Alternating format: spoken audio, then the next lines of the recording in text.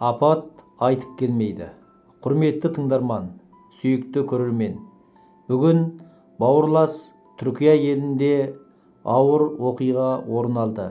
2023 жылы 6 ақпан жергілікті уақыт таңғы 4 шамасында Түркияның оңтүстік шығысында 7,4 балдық жер сілкінісі болды.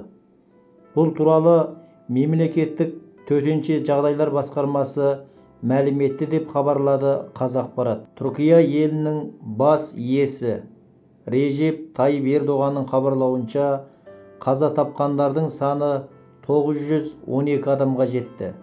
Ресми ақпарат бойынша жарақат алғандар 5,5 мыңға жуықтады. Құтқару жұмыстары жалғасып жатыр. Түрік халқы бүгінгі күнді қайғылы хабармен қарсы алды. Бұл реткі жер сілкінісінен 1700-ден астам ғимарат жермен жексен болды. Бүгінділер астында қалып қойғандардың саны әлі белгісіз. Мамандардың айтуынша, осы тектес апат Түркияда 1999 жылы тіркелген. Қазір Түркияның 10 аймағында құтқару жұмыстары жалғасуда. Бірлігі бекем, еңбекшіл түрік жұрты апаттық жағдайға шұғыл түрде шатыр құрып, тұрғындарды қауіпсіз аймаққа орналастырды.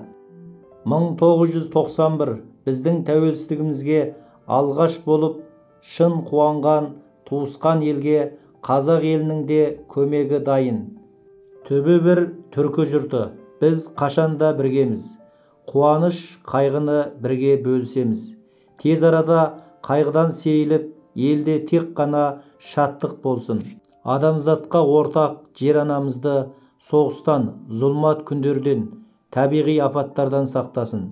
Әр ұрпақтың ұйқысы тыныш болсын. Тек жақсы хабарларда қайта жолыққанша. Құрметпен Керек дерек арнасы. Ел аман, жұрт тыныш болсын.